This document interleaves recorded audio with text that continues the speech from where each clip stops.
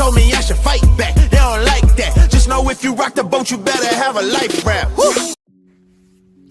What up, everybody in the YTBC? So right now I want to talk a little bit about Amir Khan. And I'm just going to get straight to the point. I feel that Amir Khan is ducking Kell Brook.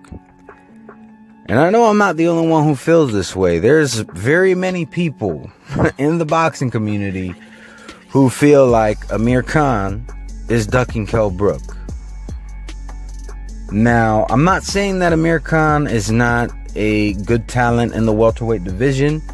I'm not even saying that he's not one of the best in the division. But I do feel that Amir Khan has a couple things holding him back. And I'm not even referring to his chin. I'm referring to the things he says and the things that he does. Because, let's be honest, the inactivity, that was definitely a big hindrance. But also the fact that he says he only wants the biggest fights that make him the most money, but he doesn't make those fights.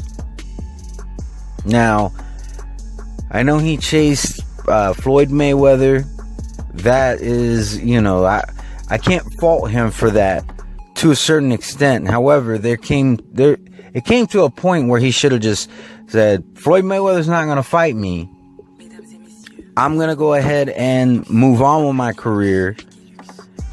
And hopefully Floyd Mayweather will eventually reach out to me to make that fight. But I feel that Amir Khan did everything that he could. I would say that he did more than most other fighters would do. I mean, he was, literally chasing him, going to the same fights as Floyd Mayweather and asking for the fight, not just putting it out there on Twitter, not just, saying it in interviews and not just having, Al Heyman try to talk to, because he was with Al Heyman. He might actually still be, because Al Heyman's not a promoter. But we do know that Amir Khan did more than just that. I mean, he literally, face to face, asked for the fight.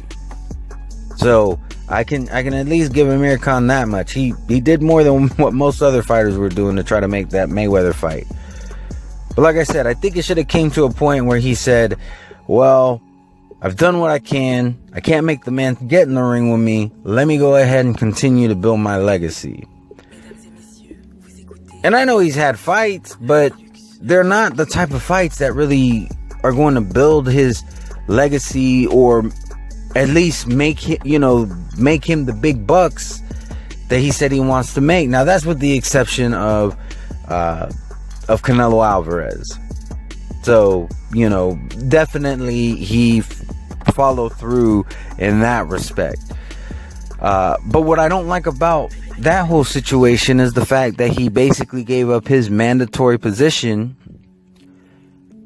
for the WBC title. At the time was held by Danny Garcia. I just feel like he didn't apply enough pressure. And that's the thing. I think he would have beat Danny Garcia. And I definitely think that he, that would have been a bigger, a pretty big profile fight for him. Not bigger than Canelo, but still would have been a big profile fight for him. But let's go ahead and get back to this Kell Brook situation, because I don't have a whole lot of time. But I don't understand why, if he wants the bigger fights that are going to make him more money, why is he avoiding this Kell Brook fight? And let me explain why I say he's avoiding Kell Brook. Number one, he told Kell Brook, get you a title. Kell Brook got a title. But then all of a sudden that wasn't enough. Now you had to get defenses. So what did Kell Brook do? He got some defenses. Then Amir Khan said, oh, those defenses aren't good enough. I want them to be against better opponents. So eventually Kell Brook did what Amir Khan should have did with Floyd Mayweather, which is said, look, I'm just gonna go do my own thing, If you ever want to fight, I'm down. So then, what does Amir Khan do? Well, some time passes.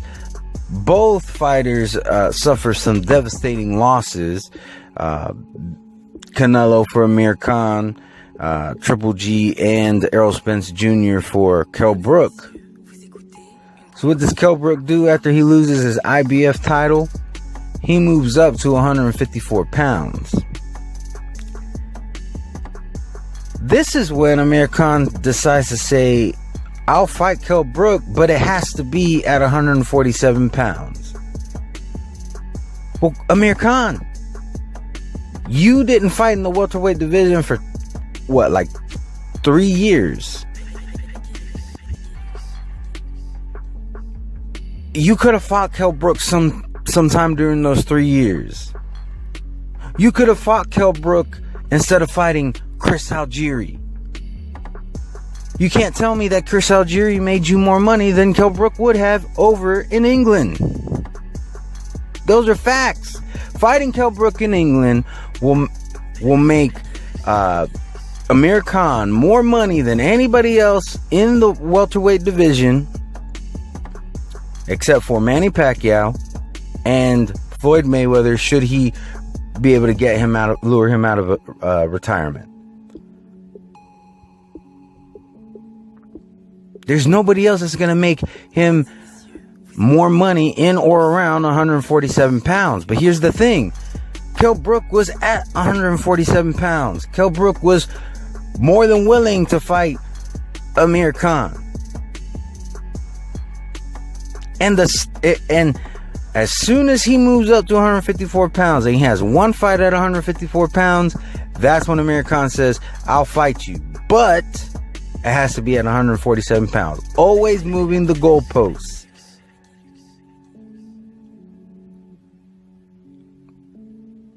You can't tell me that he's not ducking the fight. Because the only argument that I've heard people make against Kell Brook is that purse split. And you know what?